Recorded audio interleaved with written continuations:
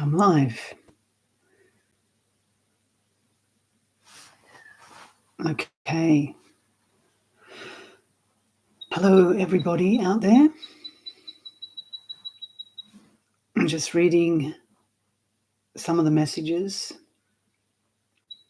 Seems it's rather cold in the northern hemisphere at the moment. It's quite temperate here this morning. The sun's not even up, so I'm able to keep the blinds open for now, though it's a little glary. If the sun comes up, I'll close the blind, but at least you can see the trees behind me. So welcome to another meditation session, you could say. It will be the last one for 2024, and I'll just mention now, in case you don't make it to the end of the session, that this will be the last one for the year, and then we'll take a break, probably until late-ish February. We'll have some retreat time, but also because our mobile signal gets very weak over January, with a lot of holiday makers coming here. So it seems to impact our live stream, so it's best not to do it. But it's also a quiet time. Well, it is for us. And a time when a lot of people in Australia, New Zealand go away. And I don't know, everything happens all around the world, all sorts of different things. But anyway, it is what it is. So before we get started on the meditation and just giving people a chance, you'll let me know if you can't hear me, but I think you can hear me. And generally, if you're new, we'd take questions after the meditation. And I just want to recap what's happened over, because I wasn't here for the last live stream. It was Jayasara, so I haven't been for a couple of months. But just to mention, you may have noticed the drama around Spotify. Complicated story, and I'm still not even clear what happened, but Wisdom of the Masters was removed from Spotify for about a month due to, not sure why, I think just confusion with their bots. And even though I requested some clarification, I just got a pat answer, like an auto reply. So they're not capable of any nuanced responses or any real human engagement. But somehow we managed to get it back on. I did write to them explaining what the channel was all about, because I think they thought it was a music channel, because they use music to accompany his background, as you know. And number of people I think wrote to them and wrote on the Spotify community board. So with that little bit of activism, we got it back up. But it's always on shaky ground, because I don't know why it was removed in the first place. You can't speak to anyone, really. So it's up for now.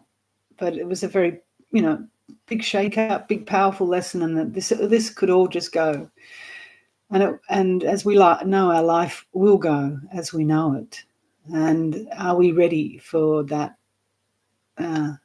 rug to be pulled from under us? And similarly with YouTube, who knows? One day the whole channel might just disappear.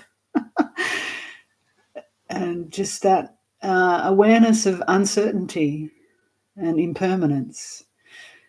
And then, of course, after Spotify, something happened with Apple, and I think it was all because of resetting the RSS feed or whatever. So Apple disappeared, and then I had to communicate and I got it back on somehow. But it now, even though it's back on Apple, it has a different URL. So if you had it bookmarked, and if you are people here who listen via the podcasts, you're probably not, because you're on YouTube. But anyway, if anyone's tuning in who's a podcast listener or who does both, if you've bookmarked Apple with Wisdom of the Masters in the past, it's now got a new URL. So you have to just search on Apple. But it is back on Apple for now. It's also now on Audible or Amazon. Anyway, funny world, isn't it? And we had this idea that technology was supposed to make our lives so much easier and simpler and quicker, and the amount of time you waste trying to sort out technology, our lives were so much simpler without technology in so many ways. So here we are. Has its pros and cons, as we know, and of course we're able to communicate the Dharma because now using technology, and you're able to access so many more resources, Dharma resources, because of technology. So, of course, it has its plus sides, but like anything, there has to be wisdom in how we use any of this. And whatever dramas emerge, we take them all as Dharma lessons. So even Spotify is a great teacher. Okay, so welcome everyone. I think that's enough little preamble, and we'll start the meditation. So if you're not used to, if you haven't been here before, we spend about 25 minutes or so. Just I'll give you a simple guided meditation just to settle. And, this is why we're here together, just to support one another and to learn to turn within and turn away from looking outside at the world all the time, which, as we know, is full of, well, as the media presents it, is full of all sorts of sufferings and confusions and conflicts, and turn within to our own internal conflicts and confusions and learn to settle and understand them and develop inner peace and wisdom. So as we start the live stream, the live meditation, I'm just turning off the live chat for now so that people, if they're coming in late, can just come in quietly and we don't have that thread going up, down, up, down. So at the end of it, I'll turn it back on if you're not used to this, and we can take some questions on Dharma. But for now, I think the reason a lot of you are here is to just settle, get some pointers and some reminders for meditation. So please get comfortable wherever you are. And just gently close the eyes if that feels comfortable for you to do. If not, you can gaze somewhere. I'm sure it's that great to gaze at a computer screen, so you might just gaze at the floor. But if you can just sit comfortably with your eyes gently closed. And just as I said, turn the attention inwards. But that doesn't mean just cutting out the world. Obviously, your other senses are open. So the sounds are still impacting and coming and going. And allow them to. Don't try and force anything away. If you have traffic around you or people's voices, and not just my voice, but other sounds, dogs, chainsaws, just open up to them and notice any reactivity, any liking or disliking. And just let them be what they are. Noticing how they're constantly shifting and changing. Just 1 minute. And beautiful Aya Jitindri has forgotten that I'm doing a live stream, so she's come over and then realized. So, see, you're just open to anything can happen. So she's gone away now.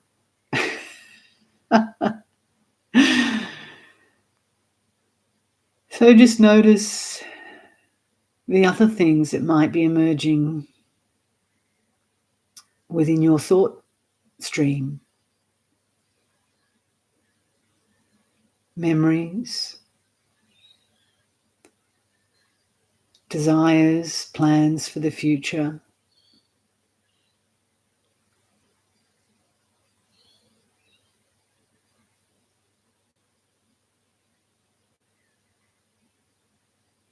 And just take the witnessing position in all of this.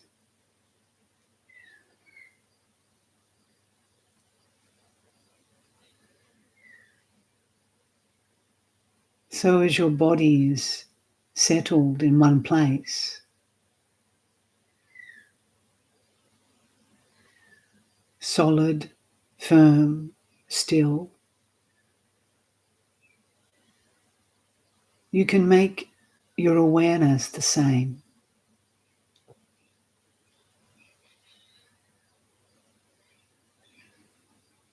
As if you're putting a peg in the ground.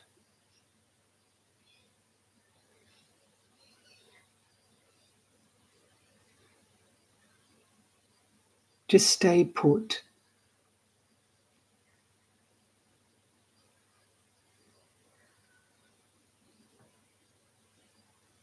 Things are swirling around you,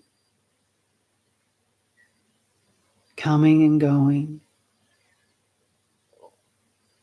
arising and ceasing.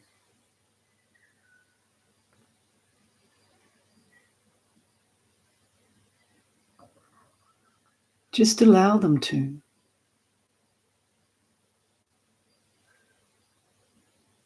But without any excessive, unnecessary analysis about them.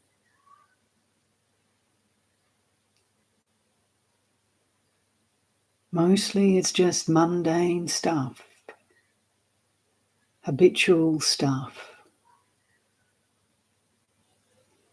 in terms of the thoughts.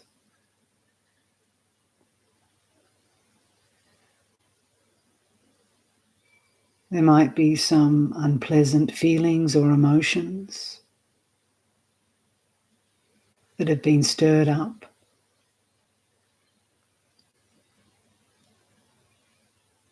Gently open to them. Allow them. But don't buy into them.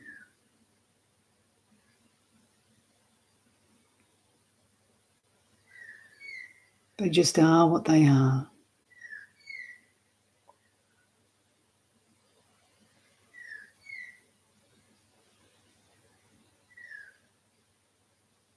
Coming due to causes and conditions, habitual responses.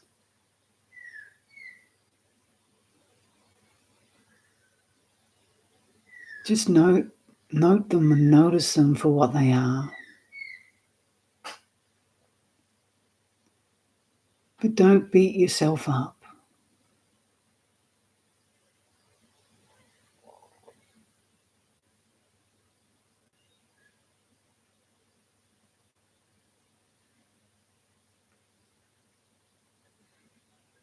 Just keep finding that inner stability.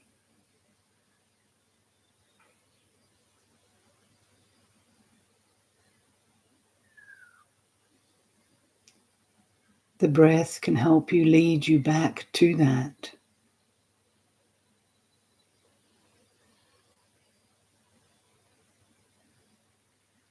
So find your natural respiration.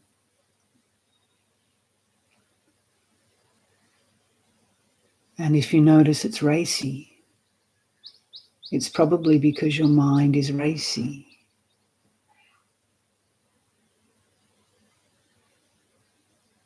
So let your breath be your teacher.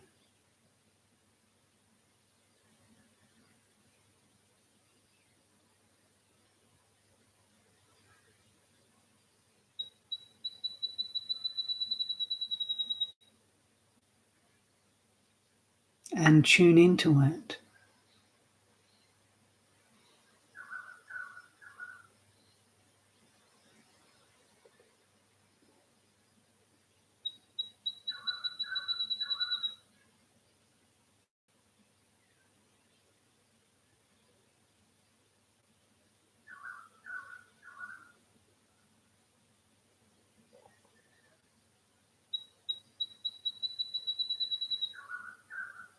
You can use the sounds of the birds that you might hear in my environment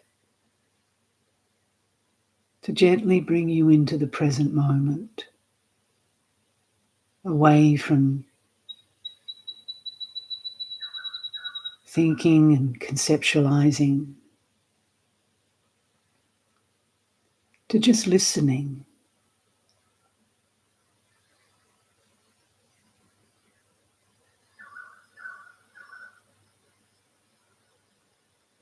Without needing a name for each bird.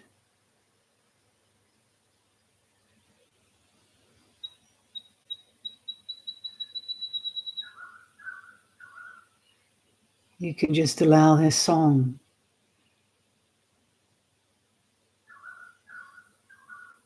to keep you connected with aliveness or life itself.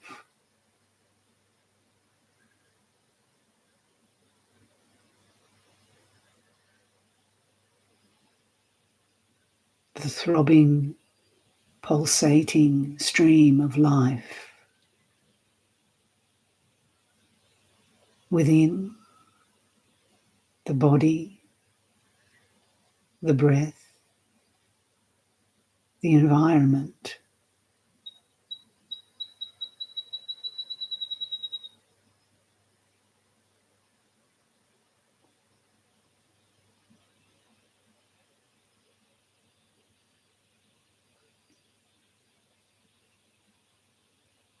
And can you gently rest into this pulsation, this life pulsation?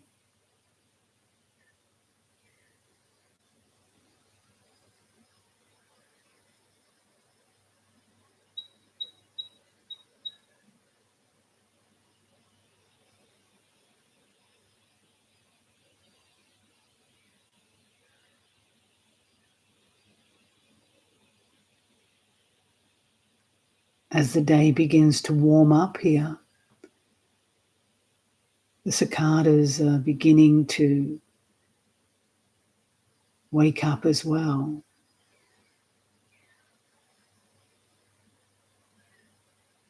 Another reminder of the activity of life.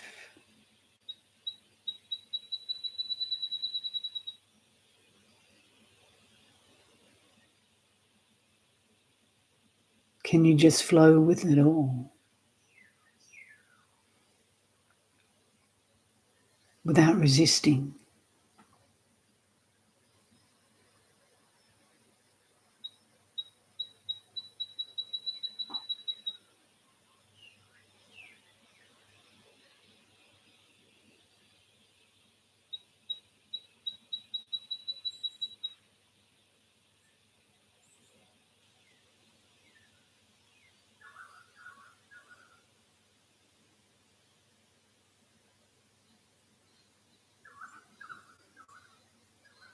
And to listen without a commentator,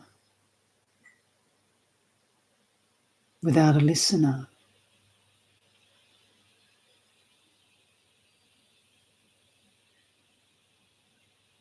Just empty, bare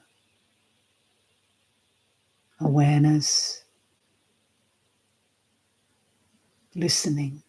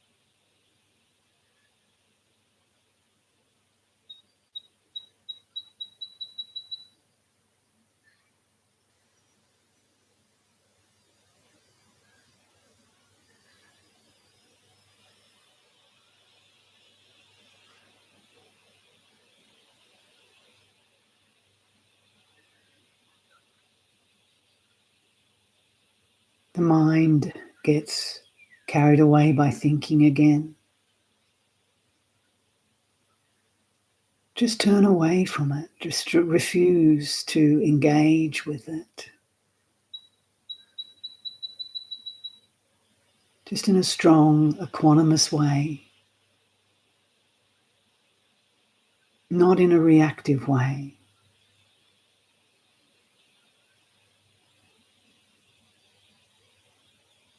It's just coming back. And when you come back, just to now, then it just drops automatically.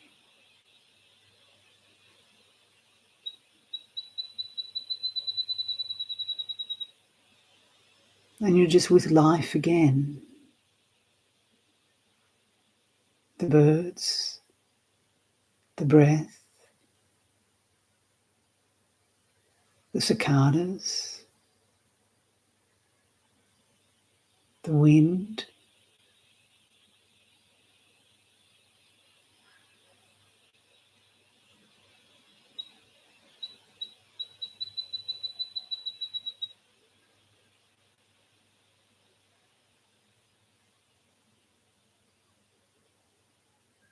But there's no one here with a view or an opinion about it.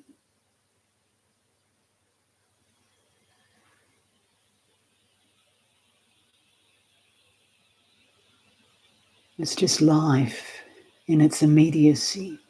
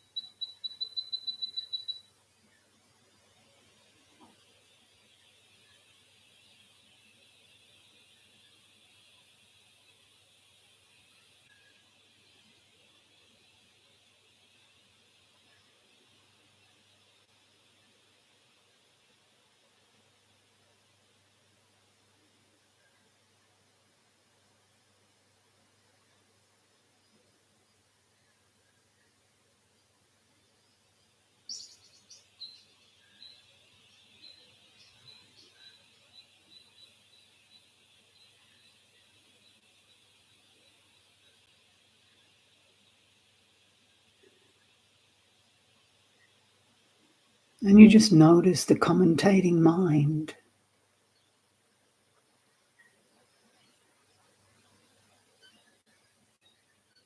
Always with a view, an opinion, a judgment.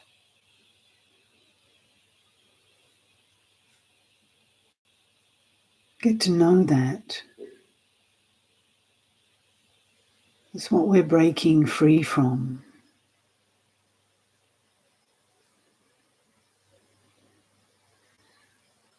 This inner voice that says, this is me, what I think, what I know, what's right or wrong, good or bad, what I like, what I don't like, and so on.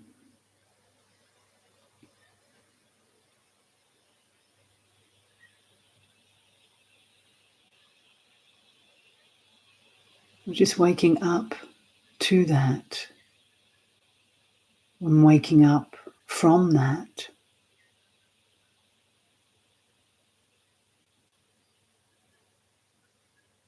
So that we stop believing in this dream.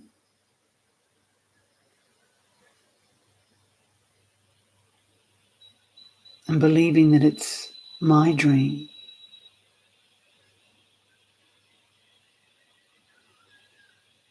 and that I'm dreaming.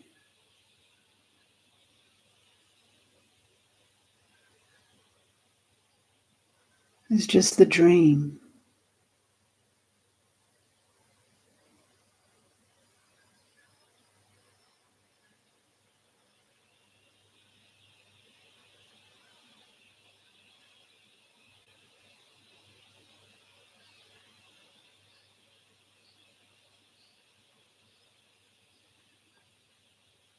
And there's only dreaming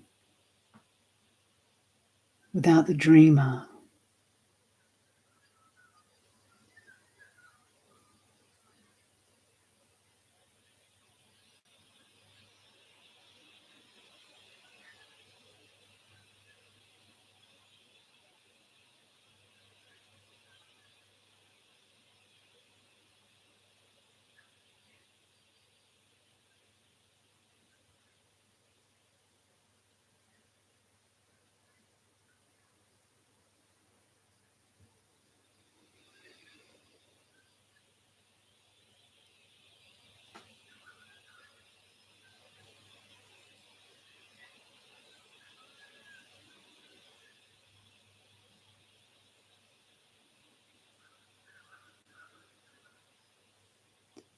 So as you keep waking up from believing in the dream and yourself as the dreamer, can you notice that there's a place of stillness, of rest?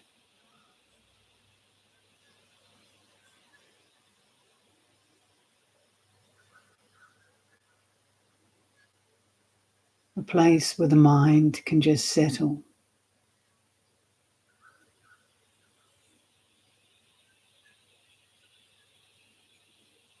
You might just glimpse it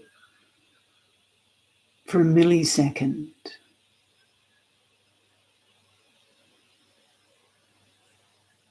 but that's good enough.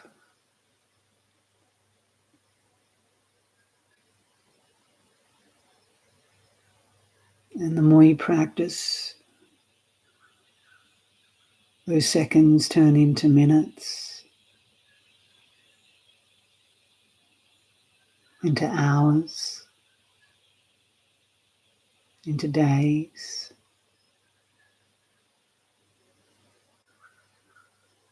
And then really into the timeless state that it is in reality.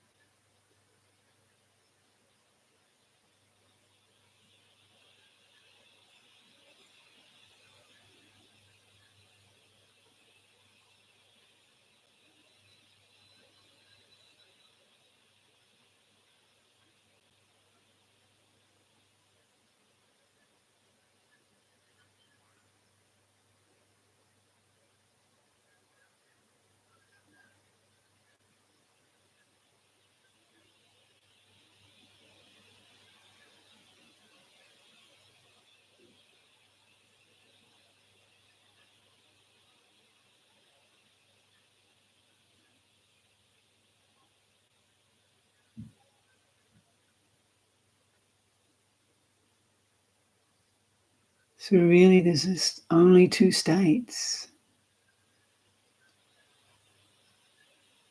There's dreaming and there's wakefulness. And each moment is an opportunity for this wakefulness.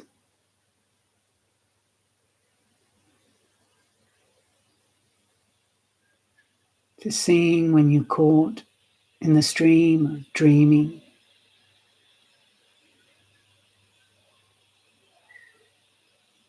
lost in the confusion.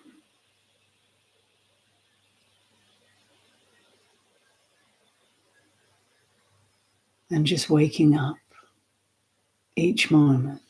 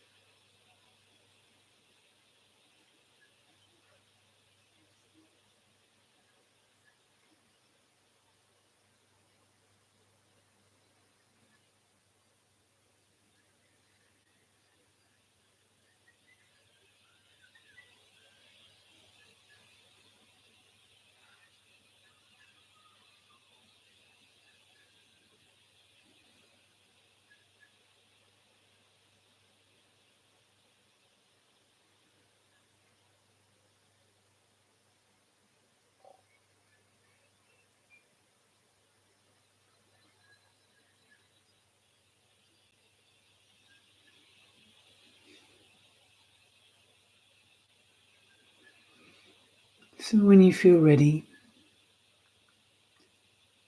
it's an opportunity to move the body, to open the eyes. But we can still stay connected with that sense of knowing and wakefulness, even as we're discussing, talking with people. Nothing really has to change in that department. It's just the surface of things looks a little different. But the knowing nature is still just the knowing nature. You have to recognize that. Sitting, walking, talking, eating, sleeping, it's all the same. You just forget it sometimes.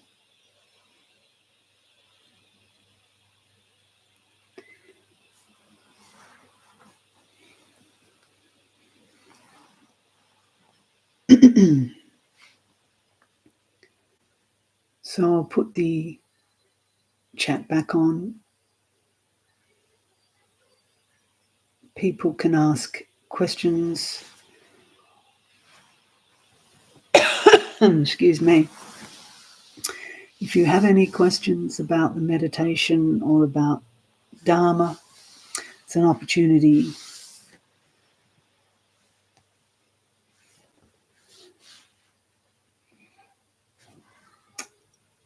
I think it's back on. I'll just do a test. Yes. So there is a question there from Eric. I'm curious why Nisargadatta couldn't curb his smoking addiction, I think you're saying, his smoking habit with wisdom. Are you? Okay, so that's something to be curious about. But really, it's for you to look into why you concerned with what Nisargadatta did or didn't do. I don't know. I'm not here to ask him, and it's not of my concern. We all have addictions, and maybe he didn't want to give it up. I think he died of lung cancer.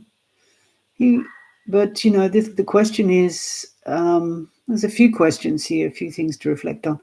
The fact that we're always looking at others and judging others rather than just looking inwards at our own suffering and our own addictions. So did it cause him suffering? I don't know. Yeah, his body, presumably, if he got lung cancer. But, if we're to have faith in what he said and what he believed, he had transcended the body. And it's not, if he was here, you could have asked him, but he's not. So it's just all speculation, and I'm not sure how useful it is But if you're addicted to smoking, Eric, and it's causing you suffering and you want to give up, that's what you need to look at. And but worrying about what other people did or didn't do, and he wasn't your direct teacher or master, so you don't have an opportunity to question him. But if you lose faith in his teachings because he was a smoker, then just leave it aside. But you'll find, and this is for everyone, this is not just for you, that you'll find whatever teacher you hold up as ideal, eventually you'll find something that disillusions you about them. Because the human form is not perfect. And we're always looking for this perfect guru, perfect teacher. And you'll never find them because they don't exist in that sense when you're judging them from human standards. And Ajahn Sumedho has a great story about that too, that he was living with Ajahn Chah when he was a young monk in his 30s when he first went there, and he idealized Ajahn Chah and held him up on a pedestal, and Ajahn Chah was said to be enlightened, an arahant. And then over time, living with him, there were certain things that started, living with Ajahn Chah, there were certain things that started to irk Ajahn Sumedho. I'm not sure what they were, probably just quirks, personality things. And he started to doubt and have some questions about it. And I'm not sure exactly what they were. But Ajahn Chah picked this up, and he said, it's good that you don't see me as the perfect teacher anymore, Sumedho, because that's not where the Dharma lies. You've got to find it within yourself, not by holding this perfect vision of some teacher, like this statue of the Buddha that doesn't move, doesn't have a reaction. That's not who the Buddha was. It's our idealizing of this perfect Buddha. So that's really where the teaching needs to come from, not what Nisargadatta did or didn't do, but what's it triggering in you? What's it triggering in us when we're always projecting onto teachers, and then we get disillusioned by them? And it's good because sometimes it gets that sense of, stop looking at others for all the answers to be perfect. But also when we really idolize people and we know that they're actually big basket cases, and some gurus, teachers are and have proven themselves. And people get sucked into cults and guru worship, and they're just a fraud. So that's good at that level too. But even when they're not frauds, complete frauds, they're just, no one's perfect. So anyway, so there you go. James is asking, what will you do for the rest of the day? Who, me? All sorts of things. What keeps you going, and are you enlightened already? Much love. See how you're all projecting onto me now. What am I going to do? Am I enlightened? What keeps me going? Why are you all asking me? Ask yourself, what are you going to do for the rest of the day? What keeps you going? Are you awake? Are you enlightened? So silly. Okay, I'm not much of a formal meditator, although I spend most of the day contemplating spiritual concepts and texts. Most of this time is spent entrenched in energy. Should I do more formal meditation? It sounds like you need to put down the concepts and texts. You're saying most of the time is spent entrenched in energy. It sounds like an energy of thought. So yeah, just go for a walk and be simple, really. And instead of contemplating concepts and ideas, look within, like we just did there. It was pretty simple meditation. You're supposed to be just looking at what's arising for yourself and letting it go. So that includes all your concepts and ideas about who you think you are, who you think these spiritual teachers are, what they're going to do, why are they smoking, why are they not, what are they going to do for the rest of the day. Are they enlightened? Are they not enlightened? See how the mind just creates that? That's not going to get you anywhere looking at others. You've got to look at who you think you are and how you construct yourself every moment, constructing a me, or another, a teacher, an enlightened teacher, not enlightened teacher. So, oops, hang on, this thing goes a little fast. Might have to turn it off if it gets a little out of hand. Hang on, bear with, I'm just trying to find where I left off. Goes really far. I'm just going to turn off so then I can navigate. Bear with, this is what happens. So Alex said he realized there's no Nisargadatta. Yeah, and his body was probably addicted to nicotine too. He probably, if he wanted to give up, he probably, but anyway. See how we start this sort of speculation about others. So Ben said, my practice is mostly one of calm acceptance, but sometimes I'm aggressive with attention. I forcefully quiet my mind intentionally with the mental posture I have while working out. While working out.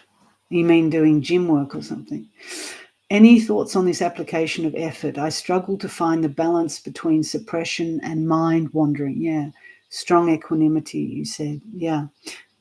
Yeah, that's a good thing to examine and also to notice. So when you notice that you're forcing your attention and you're aggressive, then it's time to notice the energy that goes with that. What effect does it have on your body and mind when you forcefully? So there's quite a bit of violence there, maybe quite a bit of aversion towards the mind going off into its habitual states. But when you bring aversion towards that, not liking it, wanting it to be a certain way, then look at the effect of that. And you've got to play around with this because, only you can know this for yourself. And the Buddha used the metaphor, the analogy of the lute or the guitar. When the strings are tuned too tightly, they sound quite nasty, don't they? And then they can snap. But when they're too loose, they're just kind of flaccid and they sound awful. So it's about tuning ourselves just right. So it's a dance. It's a learning your own inner balance. And I can say this, but I can't do it for you. You have to find out. But learn from, because it's good. You're noticing already that when you're aggressive and try to forcefully quiet your mind, it probably gives rise to a feeling of tension. And it doesn't help you. And then the mind just wants to struggle. So it's like taming a wild horse, isn't it? The mind is like a wild horse. You need to give the wild horse a big field initially, and let it run around, but kind of just be there with it, noticing, okay, it's all over the place. And then gradually, it'll calm down and you can put it on whatever a horse is put on, a bridle, and then you can lead it and it calms down. So it's the same with the mind. You go in to fight it and it'll just fight back. It's very strong and you just feel the tension and the suffering that comes with it. So just keep trying, Ben. But it's good that you notice it. And one of the things you might notice without going into psychoanalysis about it is your own upbringing, that you might have been taught or parented in a way that was very aggressive, and you were taught that you had to be really, angry, not just strong and balanced and equanimous, but angry or aggressive. So, you might recognize that as your conditioning. Just see it for what it is, and you've got to teach yourself some new ways of responding to the mind.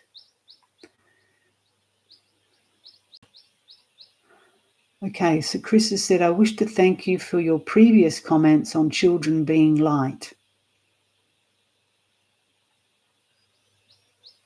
That must have been another session. I don't remember it. Maybe it was last session.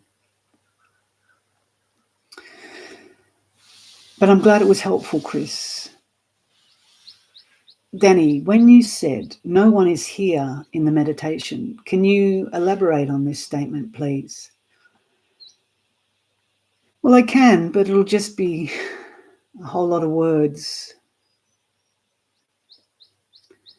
It's something that we have to see for ourselves. And the first way to see it, Danny, is to see how you construct this idea of Danny. Okay, who's Danny? This name, these thoughts, this body. Oh, this is Danny. You know, these opinions and views is Danny. See how everything that we have in our psychosomatic experience we call me. So you've got to see how we actually construct ourselves. And you've got to keep looking. This is what meditation is about, investigation. It's not just sitting there trying to get a blank, blissed out state of mind, because you're not going to learn anything from that. You can use a blissed out state of mind as a springboard into investigation. But unless meditation has investigation into the nature of the self, it's just a trip. May as well just take a drug and bliss out. So we have to see how we construct this self from moment to moment. So once you allow things to settle down, a bit like when you stirred up a glass of water. They often talk about a muddy glass of water. You can't see because it's all just one big glass of muddy water. But when things settle down, then you can start to see clearly into the nature of this mind, body, and how we construct ourselves. And you keep looking, you keep practicing, you keep looking, and you realize it's all a construction, a flux and a flow, causes and conditions in creating this sense of self. And ultimately, there's no one entity, discrete entity that you can say is Danny. Danny's a construct, a bit like your car. Which bit's your car? Is it the steering wheel, the wheels, the engine? There's no car. It's a whole construct that makes what we call a car. You take out the engine, is it a car? No, it's a body without an engine. So it's the same thing. But this is the dream, this is why we're fooled by it.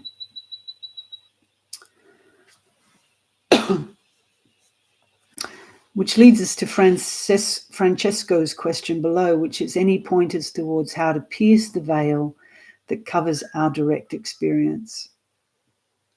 Pretty much what I just said. The pointers are all there on my channel with all the master's pointers.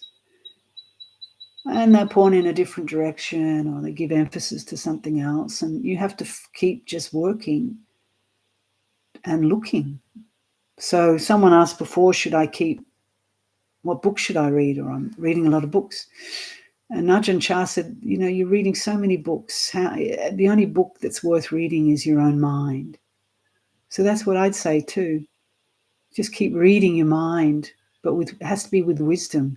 If you keep believing your mind, believing your views and opinions and constructs and ideologies and even your experiences, that this must be who I am.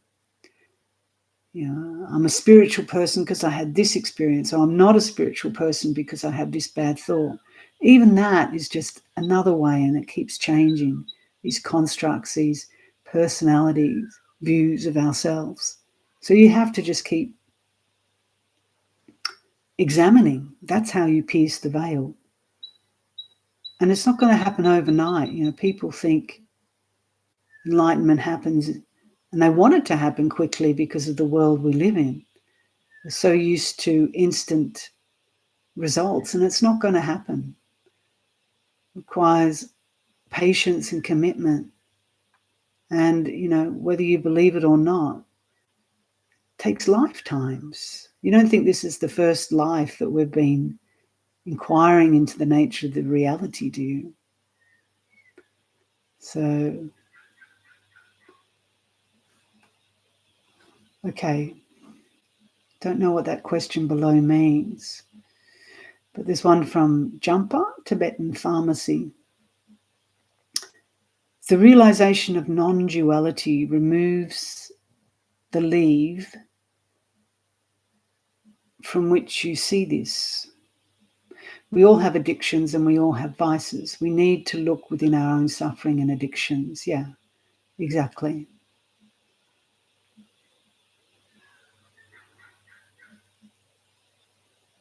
I'm not sure what this substitute thing's about, but I'm just going to keep going down. So, Panda wonders. Hi, Samaneri. Do you believe that a state of no thoughts is necessary for realization? I find this has been my experience. Well, yeah, I mean, a state of realization is a non-conceptual state. You can't think yourself enlightened. You know, you might think you're so educated, you're so clever, therefore I must be closer to realization. The opposite's often true.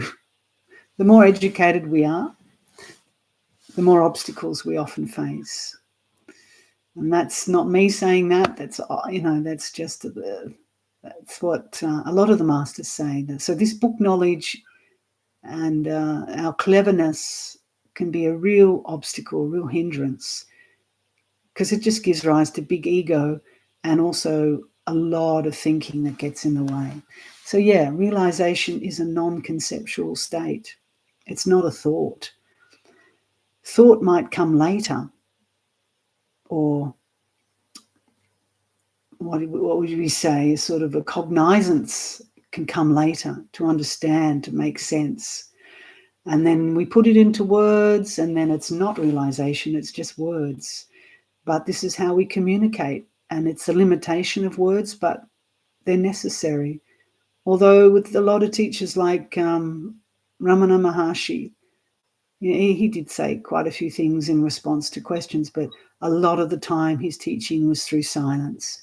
And he said that was the best teacher, because it would allow people to resonate within that reality within themselves, which is non-conceptual awareness and realization. So a teacher who just keeps talking and being clever and lovely words, elaborate words, and people go, oh, he's so clever, but it's just la, la, la, la, la, la, la, la. You know, if they don't shut up eventually, then it's a clear sign that they don't really know. They're just good with words. All right. While I am being aware, beingness seems non-dimensional to me. How to open to experiencing the unlimitlessness of beingness? Just let me try and decipher that question again. Okay, so you're saying you're aware that beingness seems to be non-dimensional, i.e. it's not in space and time. How to open to experiencing the unlimitlessness of beingness? Well, you see, there's still a me that wants to experience something. If it's truly beingness that's non-dimensional, there's no you there to be asking how to experience it, right? If you just are the beingness, who's the experiencer? There's just beingness. So it's this me that pops up afterwards that maybe you had an experience where you dropped out for a while, and then you said, oh, I want that experience again. How do I get it? How do I become the unlimitlessness of beingness? Well, you can't. Because as soon as you want to become non-dimensional, then you're entering back into the dimensions of thinking, of thought, of ego construction once again. So look at that. See how your desire to experience something is actually preventing you from, well, it's not preventing you from anything because there's no one there to prevent you, but you know what I mean. See how it's just creating more suffering in that moment of wanting something for me, this imaginary me.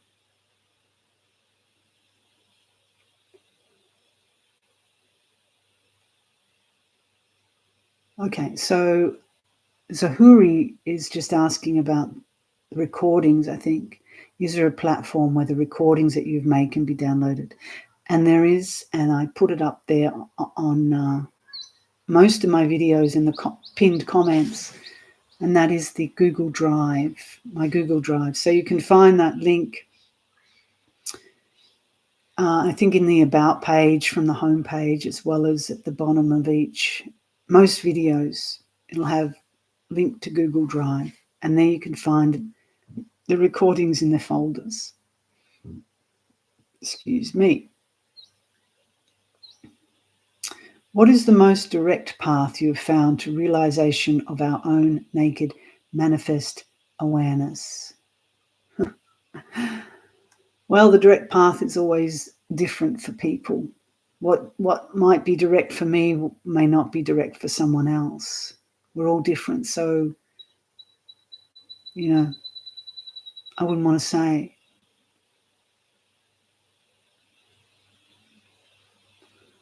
All right. Beautiful view out the window. Indeed, you can see their spotted gums. Big, tall, spotted gums.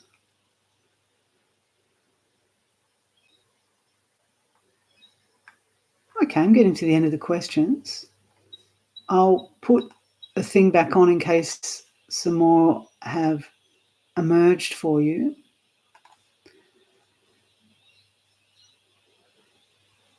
So someone's saying, do we have any plans in 2025 to do any online retreats? Not at this moment, but there is an old one from last year that if you haven't done it, you can do it if it's helpful. I don't know how helpful the online retreats are. Personally, myself, I don't dig them that much. I think this sort of interaction has its benefits, and it's helpful for people who are disconnected or don't have a sangha. But for a whole day long of retreat, it doesn't really do it for me. I much more prefer to do it in person. So Wendy's saying, I have MS. What happens to my Buddha nature if I lose the ability to recognize awareness? The same question can be applied to people with dementia. Interesting question about dementia too. I'll come to that. But you can never really you can never lose awareness. You certainly can lose the ability to recognize it. I'm not sure why MS would be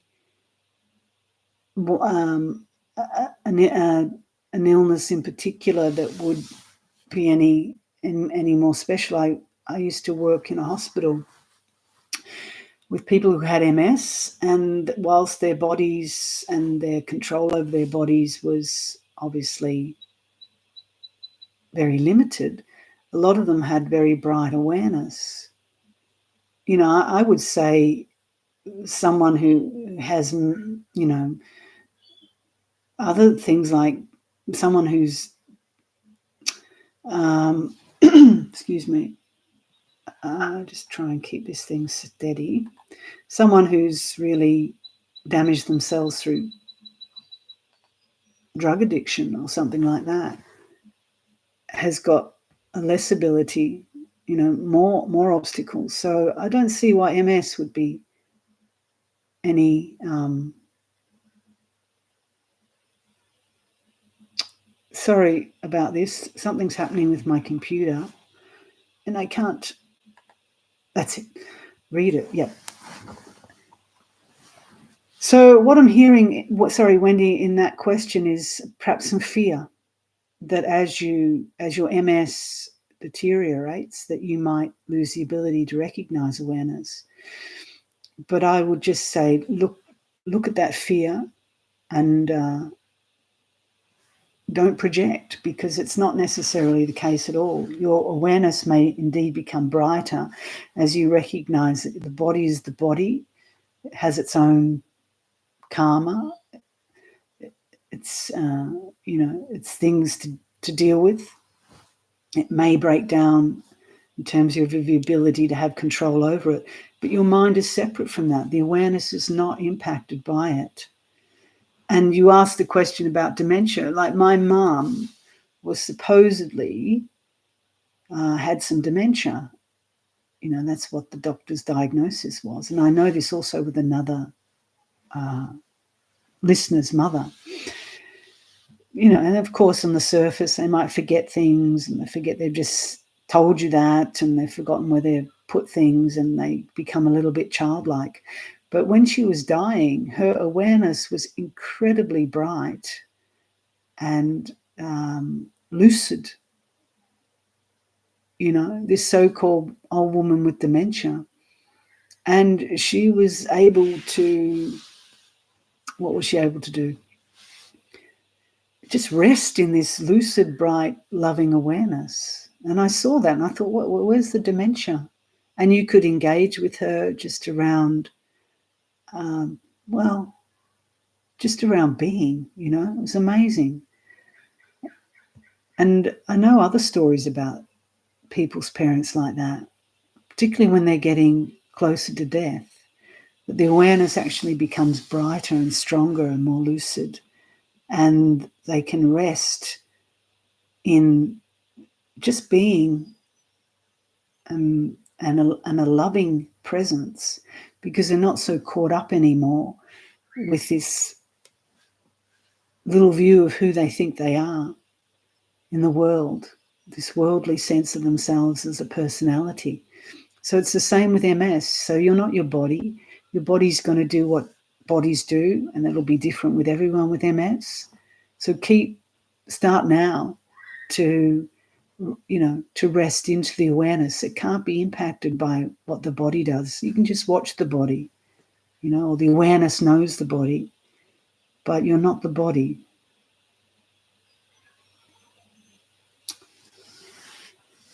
So James is asking, what do Buddhists say about observing the voice? It seems no matter how much we let go of this conditioning will always be there. Is our voice just another occurrence, like a thought? Yeah. I don't think Buddhists have anything particular to say about the voice. The voice is just sound.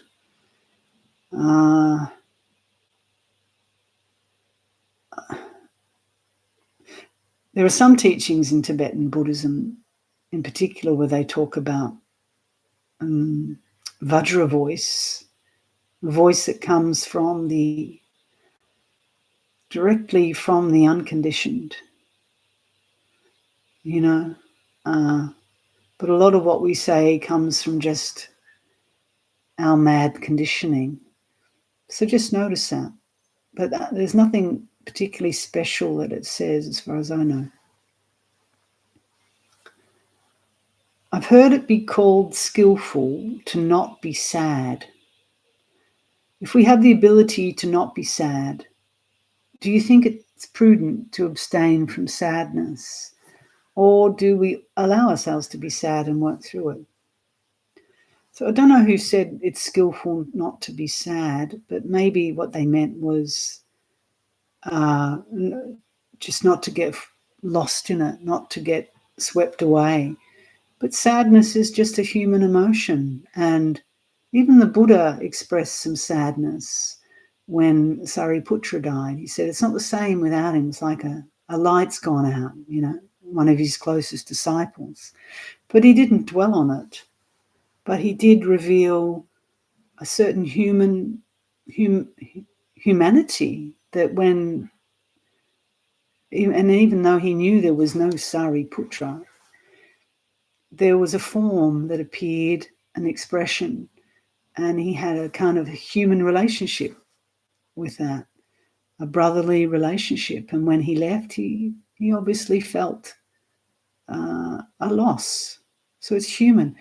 But that's when wisdom has to come in to not, if we believe it fully, if we believe that the relative truth of the world is the ultimate truth, then we get swept away by sadness and we believe that this person who we love is gone forever. And, we create all stories and grief out of that. But that's where wisdom has to come in to realize that, yeah, this was a form, an appearance. I'm not saying that as a cold way, but just to bring equanimity back into understanding the relative truth and the absolute truth. But to let sadness be sadness, it's not a problem to feel sad.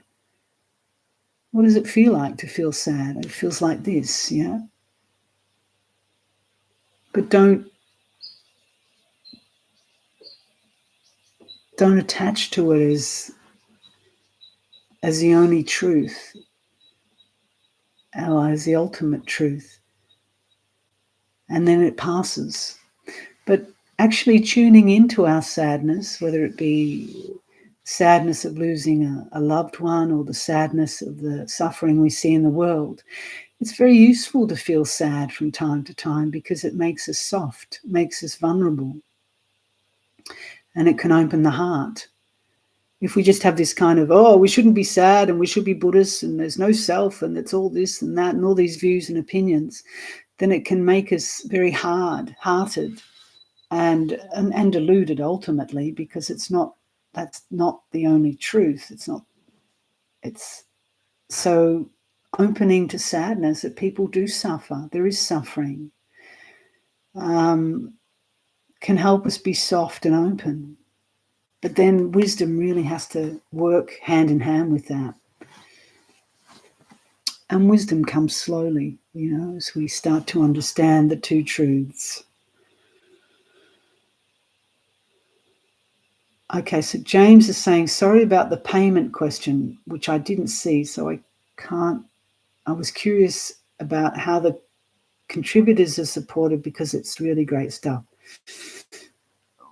I didn't see the question on payment. That must have, so there's no payment for this. Obviously, this is offered freely. If making money isn't a fulfilling way of life, how can one survive? Well, I guess you find a way to make money that's fulfilling. That's all. I'm not an expert on making money, so you have to find what fulfills you. Okay, let me just slow it down a bit. I'll just take a few more questions.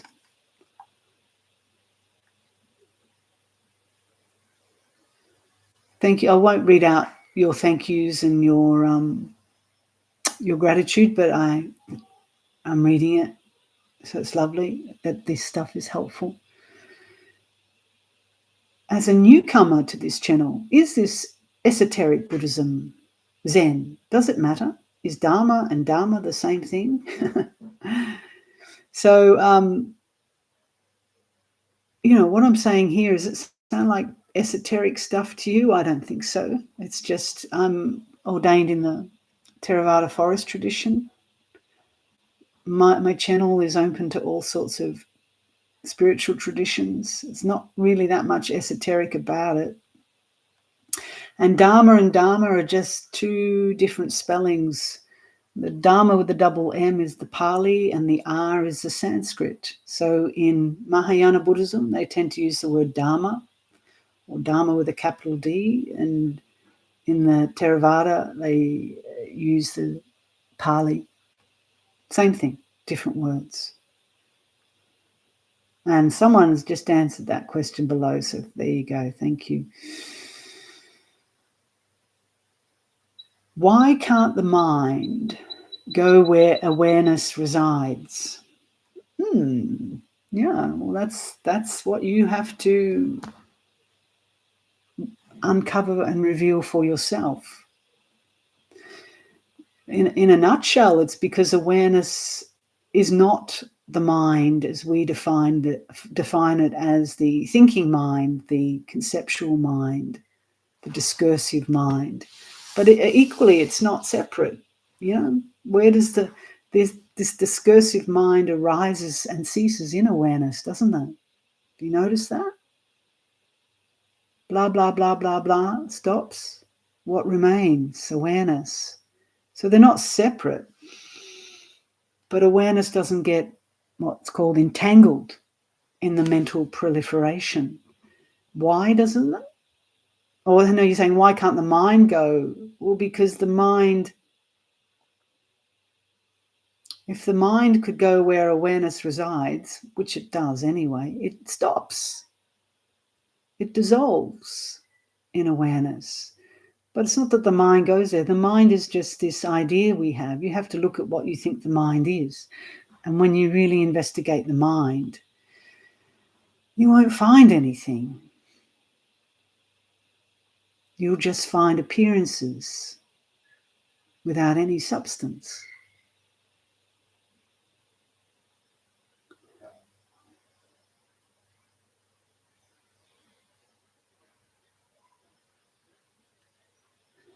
I wouldn't say awareness is an aspect of mind like thinking. Anyway, whatever you say about this, it's not true. You have to see it for yourself.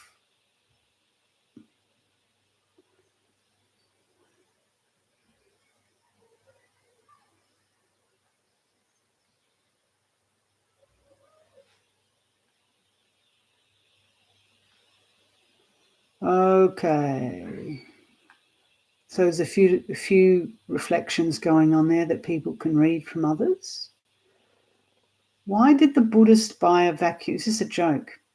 Okay, we end the session with a joke, a Buddhist joke. Why did the Buddhist buy a vacuum cleaner? To clean up his karma. Wishing you all good actions resulting in good karma. No need for a new vacuum. Very good.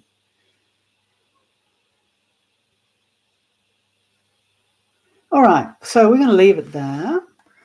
And I'm going to wish you all, what is today? 22nd. So Christmas Day is in a few days. For those of you who celebrate it, acknowledge it. May you have a lovely Christmas day and season and New Year. And even if you don't celebrate Christmas, may you just have a quiet time. Things tend to slow down a little bit over that period, so it can be nice, particularly for meditators. All the shops are closed. People are a little bit more reflective, a little bit more maybe kind, not always. And may 2025 bring in much peace and joy to your hearts. And if you bring peace and joy into your hearts, you're bringing it into the world. So wish you all every blessing for the end of year and for 2025. And I'll see you sometime next year, but the uploads will continue, and if all goes well, the podcasts will continue. But if they disappear again, they disappear again. What to do? We just keep practicing, and they're there as offerings, but they're also, you could do without them too. Eventually, you have to. So take care, everyone, and thanks for all your contributions throughout the year with attending these sessions, and those of you who have supported us at Viveka Hermitage through your kind donations throughout the year. We're very grateful for that, and it allows us to continue to live simply in this way and to do this service. So yeah, with all blessings to the donors out there, contributors, and may you all just be well. Take care, everyone, and we'll see you sometime next year. Bye.